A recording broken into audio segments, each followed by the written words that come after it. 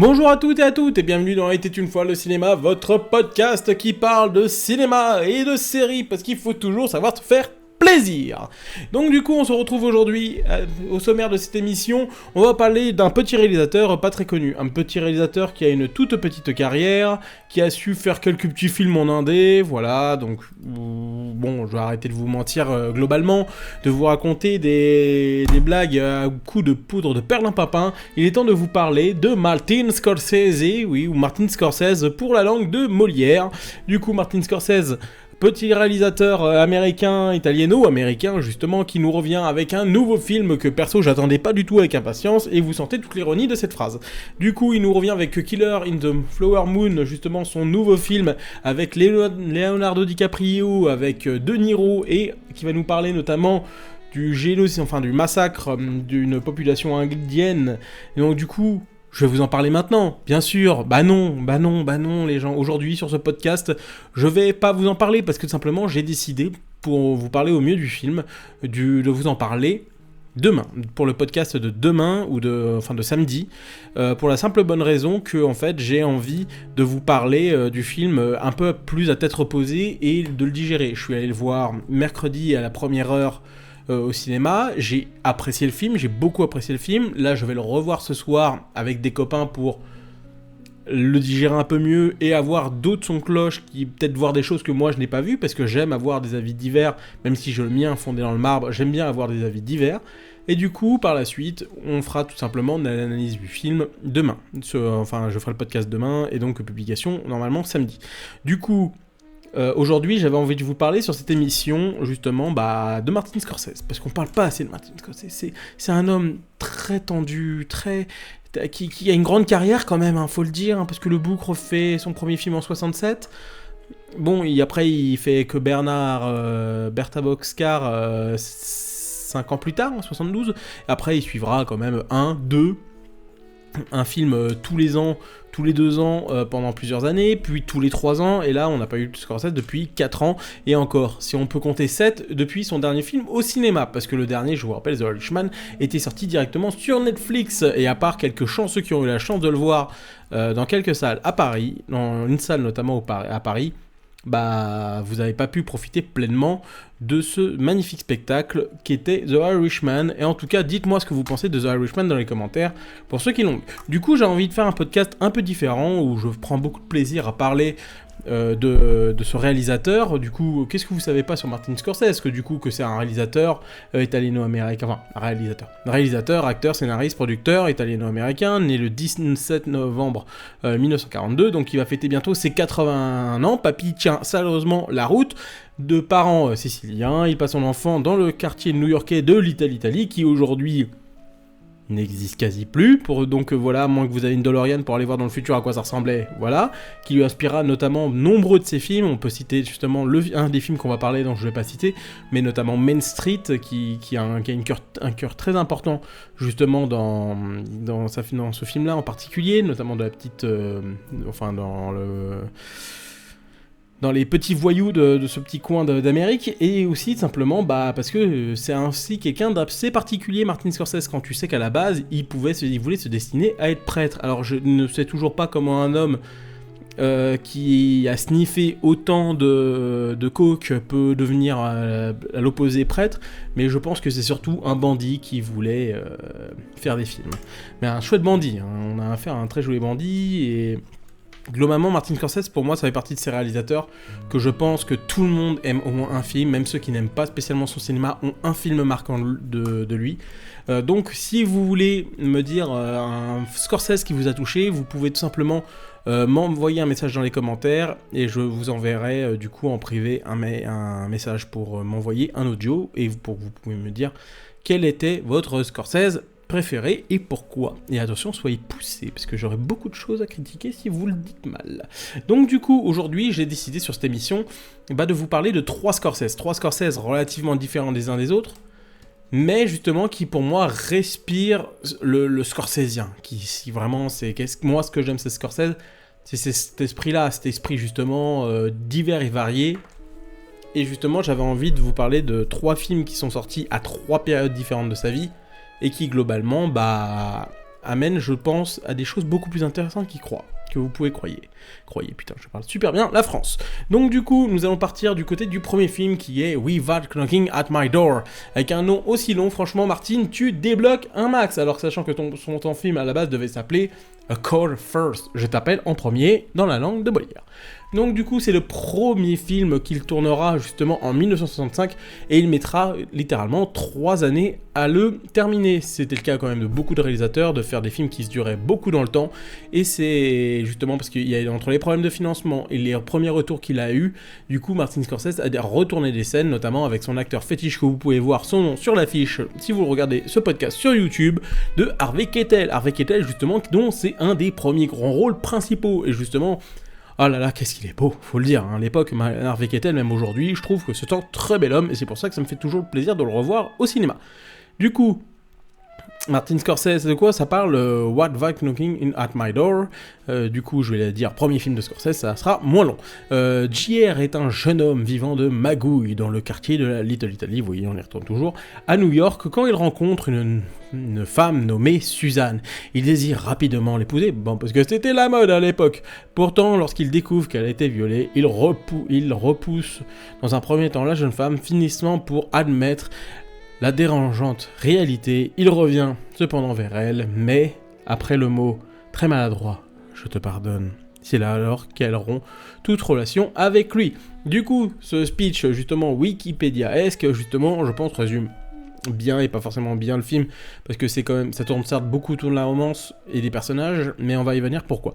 Donc du coup, à la réalisation Martin Scorsese, au scénario Martin Scorsese, il a été aidé pour les dialogues, et notamment après, surtout c'est là qu'on voit, même pour un premier film, il a eu la chance d'avoir une monteuse d'exception, qui est pour moi sans doute la meilleure monteuse du cinéma ever, Tema Schulmaker, qui fera quand même quasi toute sa carrière avec lui, qui est notamment oscarisé pour le meilleur montage, et c'est totalement mérité, je suis étonné qu'elle en a pas eu autant. Du coup, c'est un film qui a été tourné vraiment dans une période très particulière, et je vais y venir. Du coup, le film est sorti en 67, c'est-à-dire que 67, c'est une place très importante dans l'histoire du cinéma, parce que justement, 67, on est encore dans une période de fin de vie du code ACE. Alors pour ceux qui ne savent pas qu'est-ce que le code ACE, le code ACE, c'est un... C'est un code de censure qui a été arrivé notamment vers le fin des années 20, début des années 30, et du coup, qui, en gros, disait que ce qu'on devait faire et pas faire au cinéma, globalement, pas voir de femmes nues, justement, pas apologie de l'alcool, de la violence, que le corps policier doit rester fort, voilà, dont beaucoup de spécialistes ont su le contourner avec intelligence, que ce soit des scénaristes et des réalisateurs. On peut citer notamment Hitchcock, justement, ou Billy Wilder, qui ont toujours su tirer la corde sensible, justement, avec, et bien sûr plein d'autres, hein. J'en prends 2 exemples, les premiers qui me viennent en tête très rapidement, mais du coup, on arrive sur une fin de censure en fait très intéressante, parce qu'en fait sur un truc tout bête, c'est-à-dire qu'en 65, on arrive en 67 quand le film sort, on est vraiment sur une fin de race du code ACE, pour la simple bonne raison que le film arrive après un Bonnie and Clyde, après un Psychose qui a été le premier pas vers la fin de censure du code, après même s'il s'est fissuré au fur et à mesure des films. Et du coup, derrière, il y a eu une liberté de ton au cinéma qui a été beaucoup plus importante, et aussi accompagnée par le contexte de l'époque qui fait que les gens, avec l'arrivée de la télévision en masse, les gens allaient de moins en moins au cinéma. Donc du coup, Hollywood tente de ramener des grands films à grand spectacle, mais qui ne marchent pas tant que ça. Et du coup, derrière, il fallait laisser les clés du camion à d'autres réalisateurs, justement, qui amènera des films du nouvel Hollywood. On peut citer Bonnie and Clyde, justement, qui fait partie de ces exemples-là, avec Warren Beatty. On peut citer, justement, plein d'autres réalisateurs qui sont très différents les uns des autres. Et du coup, il y a plusieurs générations au sein du nouveau Hollywood. Il y a pour moi ce qu'on appelle la première, avec les Altman, avec plein de réalisateurs qui ont mené la première vague, en tout cas du nouvel Hollywood, et après, pour moi, c'est ce que j'appelle la nouvelle vague, presque, du nouvel Hollywood, d'une certaine façon, pour la simple bonne raison que, en fait, c'est un bloc du nouvel Hollywood. Ce bloc Hollywood avec Martin Scorsese, Spielberg, Al Pacino, De Palma, excusez-moi, De Palma, Robert Zemeckis, Francis Ford Coppola et Lucas aussi, qui faisaient partie d'une bande, et globalement, et justement cette bande qui donnera des films sensationnels, comme plus tard Main Street, Taxi Driver, d'autres films justement comme Les Dents de la Mer, Le Parrain, tous ces films-là qui donneront un nouveau ton au cinéma américain. Et du coup, c'est très intéressant d'avoir ces films-là, en fait, qui sont pour moi de place très importante. Et du coup, ces films-là, aussi, il y a une troisième période, moi, que j'appelle, qui est, on va dire, la fin de vie.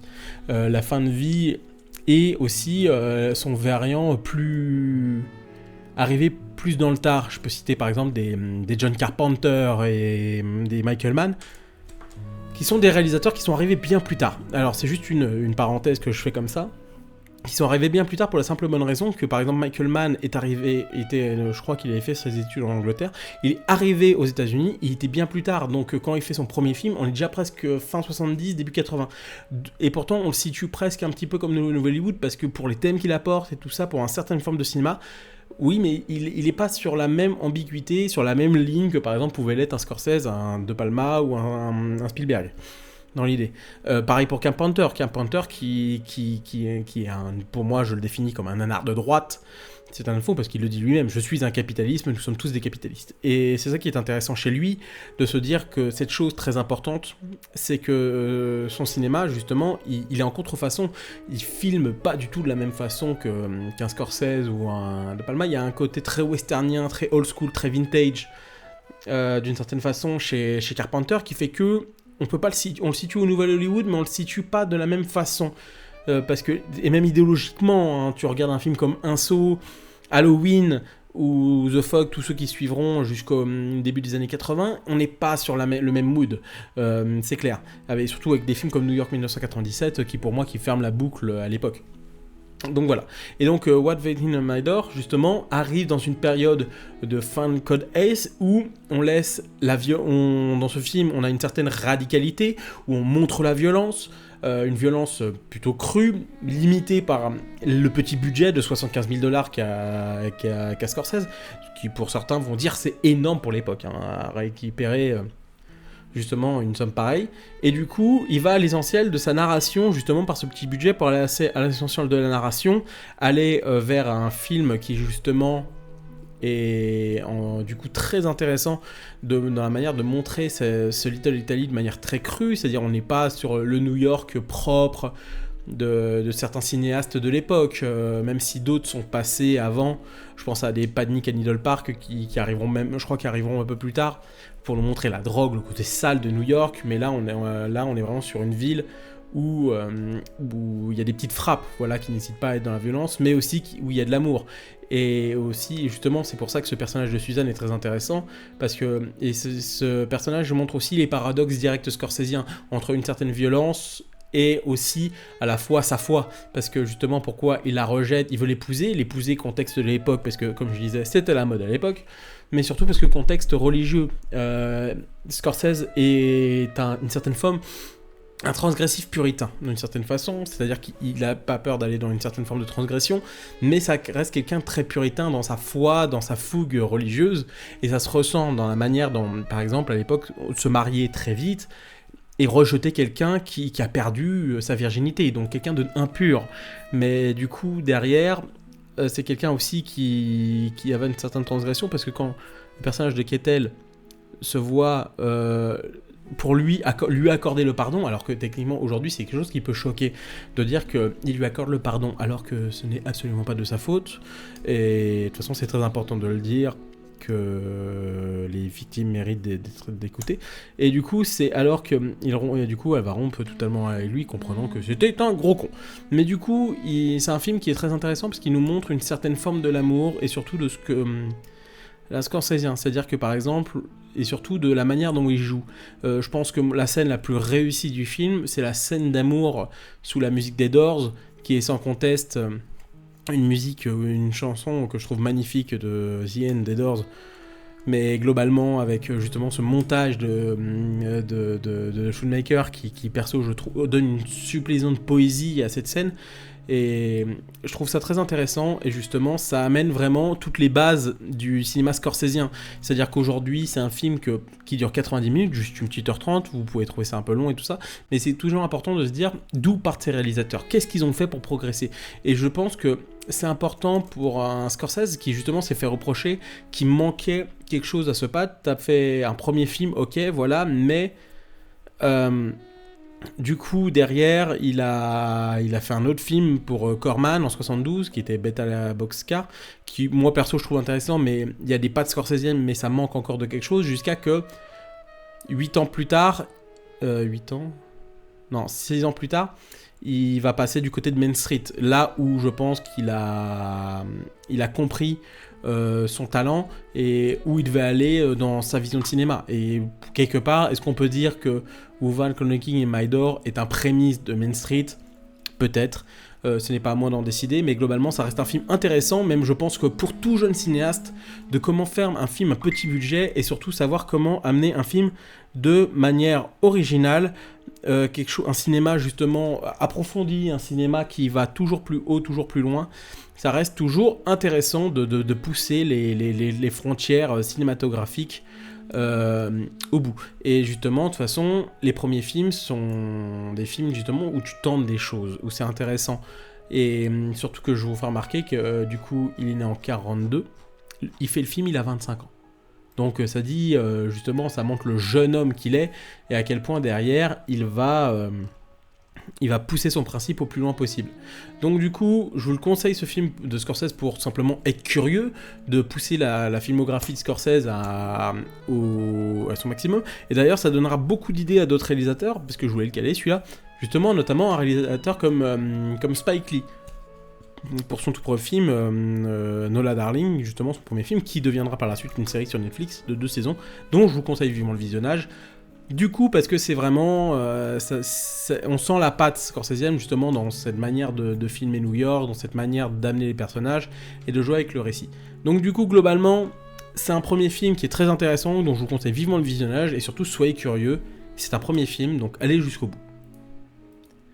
On va aller du côté de... On va commencer lequel ? On va commencer plutôt pour After Hours.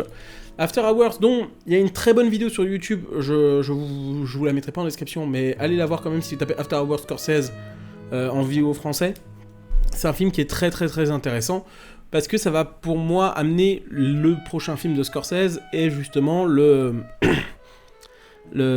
film que beaucoup de gens considèrent comme un film mineur de Scorsese, alors que pour moi ce n'est clairement pas le cas. Du coup, The After Hours, A Night in Soho, qui vous rappellera pas un autre titre d'un très très très très bon film de Edgar Wright qui est sorti il y a quelques années, The Last Night in Soho, et ce n'est pas pour rien, ou Quelle nuit de galère, des fois du côté de nos amis du Québec. Du coup, le film, c'est Martin Scorsese qui est en fait dans une période un petit peu compliquée. Alors pourquoi je vous dis compliqué ? Pour la simple bonne raison que Martin Scorsese, il a été encensé du succès de Taxi Driver, Palme d'Or au Festival de Cannes, il est encensé de partout, jusqu'à que justement, et c'est des années un peu noires pour lui à la fois, parce que le succès est certes aussi beaucoup de drogue. Et je ne répéterai jamais, la drogue, c'est mal, blablabla, donc je suis pas là pour vous faire la morale, mais bon, je le dis ça comme ça, vous en faites ce que vous voulez. Du coup, je ne fais pas l'apologie de la drogue. Du coup, il sort New York, qui est un bide, Raging Bull, qui est devenu culte aujourd'hui, mais qui n'a pas spécialement marché, et suivi de King of Comedy, La Valse des Pantins, qui, pour beaucoup de gens, est un film...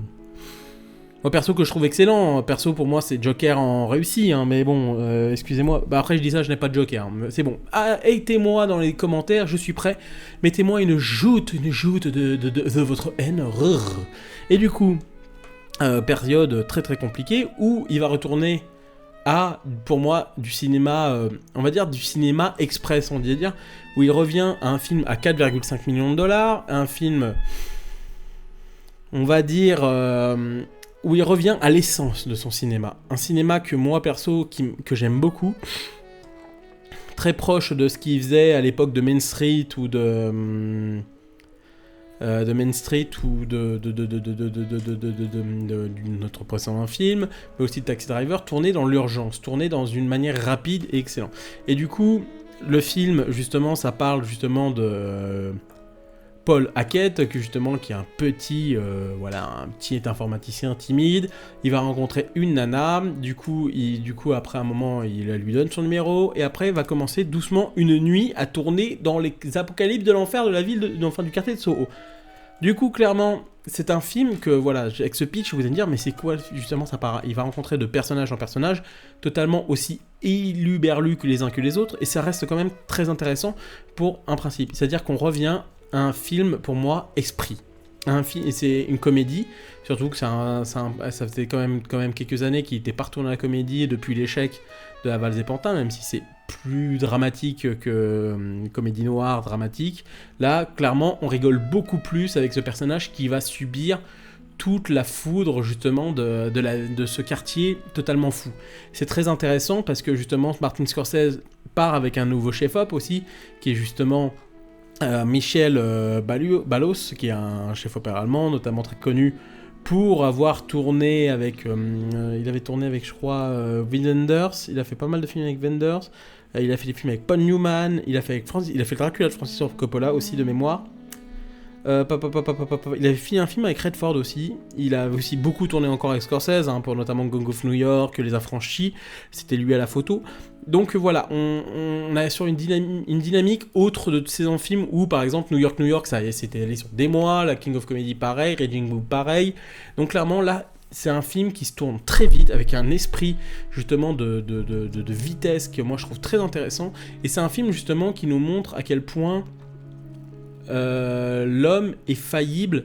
Et justement, il y a toujours ce côté chez Scorsese d'être un petit con, mais toujours en quête d'amour. C'est-à-dire qu'on peut se la jouer des voyous, mais des voyous qui en fait ont juste un cœur à la fois, qui flanche beaucoup et qui a un cruel manque d'amour.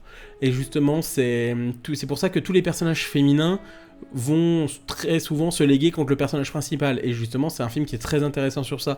C'est un film justement où la joute féminine justement va littéralement mettre sur la gueule, et que la seule personne qui va le protéger, c'est un petit peu le syndrome italien de Scorsese, c'est la maman qui va protéger son fils. Et du coup le film finit sur le personnage principal qui revient à sa chaise du début du film, sur un plan d'introduction très très très très calme. Et du coup derrière, c'est un film qui fait beaucoup de virtuosité d'un point de vue de la comédie, du rythme, de l'humour, et justement sur une ambiance très noire qui montre un New York différent de ce qu'on a vu, ou de Taxi Driver, de Main Street et tout ça, où clairement on voyait le côté voyou. Là, on voyait sur le plus le côté fou de New York, que moi je trouve très intéressant, sachant que je crois de mémoire, Soho, c'est pas le quartier non plus, c'est pas le quartier le plus malfamé, mais c'était le quartier quand même, voilà, où c'est un peu plus hipster que les autres. Donc voilà, un peu plus underground et hipster aussi, dans le sens là. Donc du coup, et à côté, c'était un film, un projet qui a été lancé notamment, je crois, de mémoire par... comment il s'appelle qui a été approché par justement Griffin Dunne, qui était, je crois, producteur sur le film, et justement qui a été connu notamment pour le Loup-garou de Londres. Et du coup, il propose ça à Scorsese, et du coup, le projet se fait très vite, avec une certaine énergie, parce qu'à la base, il était à fond dans le projet de La Passion du Christ, mais du coup, La Passion du Christ se fait repousser pas mal pour de temps, d'argent, et surtout de complications idéologiques, parce que les chrétiens sont pas trop fans qu'on revisite le Christ. Mais bon, chacun sa vie, chacun sa foi, comme on dit, le temps que vous venez pas m'emmerder. Griffin Dunne, du coup, s'approprie pour le personnage principal, à côté pour moi d'une actrice que j'aimais beaucoup à l'époque, qui a fait des choix de carrière plus que douteux, que vous avez pu voir notamment dans Le Grand Bleu de Luc Besson, dans Pulp Fiction, mais aujourd'hui qui maintenant fait pas des trucs très intéressants, mais voilà. Mais globalement qui reste quand même une actrice de son époque, moi que je trouvais très belle et très intéressante. Et je veux bien sûr parler de Rosanna Arquette, justement, qui était une actrice qui joue très bien. Cette actrice un peu femme fatale, film noir, c'est très intéressant pour revenir à quelque chose après de candide et un peu malsain. C'est très intéressant, je vous conseille vivement ce film qui justement vous amènera sur une autre vision de New York, et en fait sur une autre période de Scorsese où, après la rédemption, après la chute qu'il a eue avec notamment 3 films que je vous ai cités, partant de son plus haut avec Taxi Driver, sa chute avec La Valse des Pantins, avant un petit rebondon avec After Hours, parce que suivra derrière son pré-Nouvel Âge d'Or, comme moi j'aime bien le citer, avec notamment La Couleur de l'argent, La Passion du Christ, Les Affranchis, qui sera peut-être pour certains et le sommet artistique de ce que pouvait apporter le film. Du coup derrière Les Affranchis, Les Nerfs à vif, Le Temps des Innocents, et bien sûr pour moi qui se considère le film de cette période comme son chef-d'œuvre, parce que quand même en 10 ans le mec il a fait 1, 2, 3, 4, 5, 6 films, sachant qu'il a aussi son segment Life Lesson pour New York Story, co-réalisé avec Woody Allen et Francis Ford Coppola. Donc le mec a été actif de fou, je sais pas comment il a fait. Peut-être la cocaïne, mais bon, voilà. Ne prenez pas de drogue, les gens. Donc du coup, tout simplement, Casino, qui sera le prime, clairement, de cette période, et qui, justement, de son cinéma énergique, on va dire, d'une certaine façon. Du coup, pour revenir à une période, justement, où on va dire, certains qui disent, du coup, il est toujours resté en haut. Pour moi, il y a une période où il fait Kundun dans la suite, que je voulais vous parler, parce que c'est peut-être un des moins connus, mais en fait, je pense que c'est un film qui est très intéressant, mais dont j'avais pas spécialement beaucoup de choses à dire, parce que c'est un film, et surtout d'un point de vue idéologique, politique, c'est pas vraiment le film qui m'intéresse le plus. Du coup, après, il suivra Gang of New York, After Aviator, Les Infiltrés, Shutter Island. Pour certains, Les Infiltrés, c'est extraordinaire, Shutter Island, c'est extraordinaire. Udo Cabret, pour une certaine personne que je connais, c'est peut-être un de ses meilleurs. Le Loup de Wall Street, pour moi, c'est médiocre. Non, je déconne, c'est pas médiocre, ça reste quand même de la maîtrise scorsésienne. Mais globalement, pour moi, ça reste un des films les moins intéressants. Perso, je préfère largement The Big Short de Adam McKay, qui me parle beaucoup mieux de cet aspect-là. Silence, qui certains se sont endormis dessus, mais bon, moi, perso, je trouve ça très intéressant avec le temps. The Irishman, que moi, j'ai trouvé excellent, mais que beaucoup de gens, voilà, se disent, ouais, c'est très longtemps. Et voilà, Killer on the Flower Moon, où Scorsese, pour moi, reste dans le bon, voire dans le très bon. Mais pour moi, il y a ce film qui est considéré oublié, comme beaucoup, derrière, avec Kundun, certes, mais il s'agit, du coup, de quel film ? Bah, vous l'avez vu tout à l'heure, parce que j'ai mis sans faire exprès, ça sera À tombeau ouvert, avec notamment, qui à l'époque était une star internationale, et pour moi, un des meilleurs acteurs de tous les temps. Je vais parler de Nicolas Cage. Mais du coup, vous allez me dire, mais du coup, ça parle de quoi À tombeau ouvert ? Ou ressusciter les morts au Québec. Perso, merci les amis québécois de nous titrer les titres comme ça du français direct. Mais du coup, voilà. C'est un film justement réalisé en 99, l'adaptation d'un roman, où du coup le film raconte 48 heures d'un ambulancier incarné par Nicolas Cage. Du coup, pour aller un peu plus loin, c'est Frank Pierce, un ambulancier de Manhattan, dépressif, wouhou, la joie de vivre, un petit peu comme nous actuellement. Il est en plein burn-out, un peu comme nous aussi, wouhou. Malgré ses efforts pour garder les patients en vie, il voit des fantômes de ceux qu'il n'a pas réussi à sauver. Il a tout essayé pour se faire renvoyer, mais ne parvient pas à quitter son travail de lui-même. Une nuit, Frank et son partenaire Larry répondent à un appel aux urgences d'un certain Monsieur Burker et en arrêt cardiaque.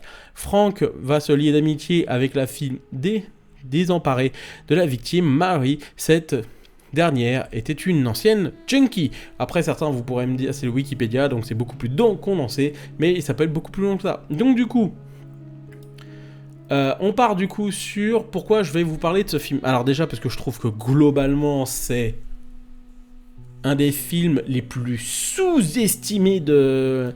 Je vous parlais d'un film esprit déjà avec After Hours.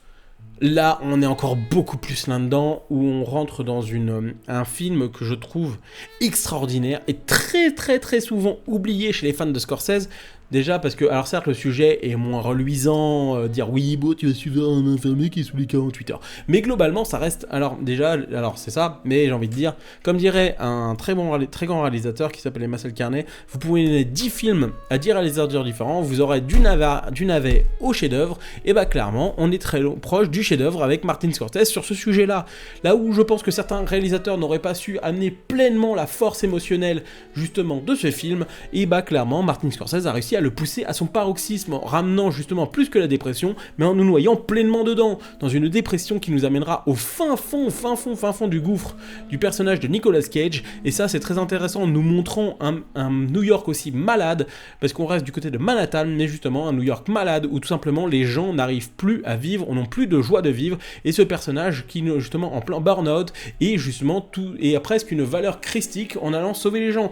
Pas pour rien qu'au scénario, tel justement Taxi Driver, on a ce très cher Paul Schrader qui est de retour au scénario, et clairement ça fait plaisir. D'ailleurs, si vous ne savez pas, portez-vous un peu sur l'œuvre de Paul Schrader, c'est un cinéma très intéressant, et dont on laisse très souvent à côté.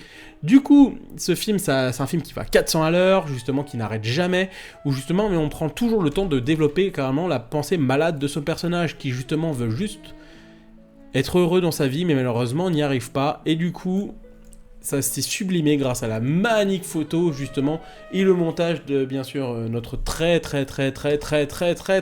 grande monteuse, toujours Thelma Schoonmaker, qui clairement pour moi ça aurait dû avoir un Oscar pour ce... Je sais pas si elle l'a eu pour celui-là, mais en tout cas je sais que pour moi c'est clairement un film qu'elle aurait mérité son montage, et du coup on est quand même sur un film à 32 millions de dollars qui était pas un film non plus excessivement lourd, mais surtout avec pour moi un chef-op que j'adore, qui est Rofa Richardson, que vous avez vu notamment chez Oliver Stone, aussi bien sûr très souvent chez Oliver Stone, parce qu'il a fait quand même Salvador, Platoon, Wall Street, Né un 4 juillet, The Doors, JFK, et il est après justement d'aller du côté de Scorsese avec Casino, voilà Casino. Du coup, il suivra justement après une très grande collaboration avec un petit réalisateur protagonique du nom de Quentin Tarantino, justement dont il fait encore le travail aujourd'hui, pas plus tard que sur son dernier film Once Upon a Time in Hollywood. Et il a travaillé bien sûr avec d'autres réalisateurs comme notamment Air avec Ben Affleck. D'autres réalisateurs, voilà, du coup, qui justement Ryan Murphy, et bien sûr, il y a plein aussi à boire et à manger dans toute la filmographie de ce chef opérateur qui est quand même bourré de talent et qui vous donnera des images ultra marquantes. Du coup, pour moi, ce film, c'est clairement un des films les plus intéressants de Martin Scorsese, parce que justement, on retourne dans cet esprit. Et je vous parlais d'esprit pour simple bonne raison que justement, pour moi, un des plus durs à rentrer, c'est rentrer à fond dans l'aspect mise en scène et paroxysme justement de ton personnage. Et clairement, je trouve qu'il y a très peu de films qui arrivent à atteindre ce côté de film malade, c'est-à-dire des films malades où le personnage, la mise en scène va sublimer la pensée malade de son personnage. Pour moi, il y en a très peu, il y a notamment À tombeau ouvert. Il y a par exemple Carne et bien sûr Seul contre tous de Gaspard Noé, suivi d'Irréversible et Enter the Void, mais pas dans la même thématique qu'Enter the Void. Mais clairement, À tombeau ouvert rentre à pleinement dedans dans ce personnage en burn-out, justement, qui n'arrive toujours pas à tenir justement cette cadence de travail inhumaine, et dans cette ville inhumaine où justement au point qu'il n'arrive même plus à savoir la différence entre la vie et la mort.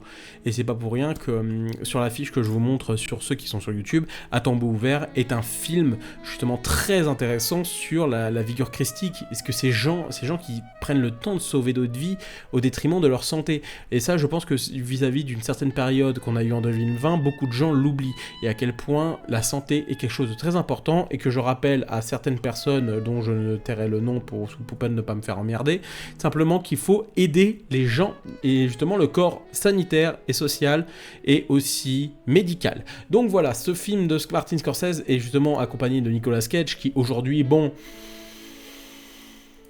Nicolas Cage, bien sûr, on connaît tous sa période Fast, du coup, avec les Sailor et Lula, À tombeau ouvert, The Rock, Volte-Face, pour les ailes de l'enfer, pour certains Benjamin Gate, voilà, moi, pour ceci, des gros nanars, les Benjamin Gate, avant qu'ils tombent dans les fins fonds de les limbes du fond du direct ou DVD, même s'il y a eu quelques figurances, notamment chez Paul Schrader, dans Kick-Ass aussi de Matthew Vaughn, où moi je suis très content de l'avoir vu, et surtout même s'il repart un petit peu globalement dans une carrière un peu plus intéressante, où il a joué Dracula dans Renfield, Prisoner of Ghostland de Sion Sono, justement où il joue le héros, avec les Color of Space, ou aussi notamment Mandy, justement qui a permis de ramener enfin un Nicolas Cage en face en tant qu'acteur, et très grand acteur même.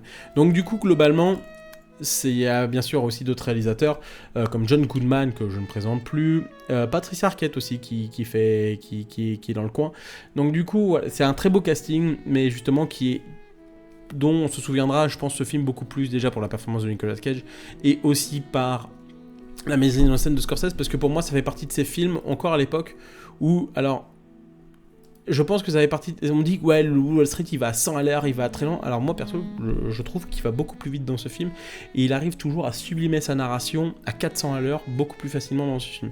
Et tout en étant limpide et en t'amenant dans l'esprit. Alors c'est clair, c'est pas le film le plus adapté de Scorsese. C'est-à-dire que c'est un film où l'histoire n'est pas au cœur. C'est plus un film de ressenti. Un petit peu comme peut l'être Enter the Void de Gaspar Noé.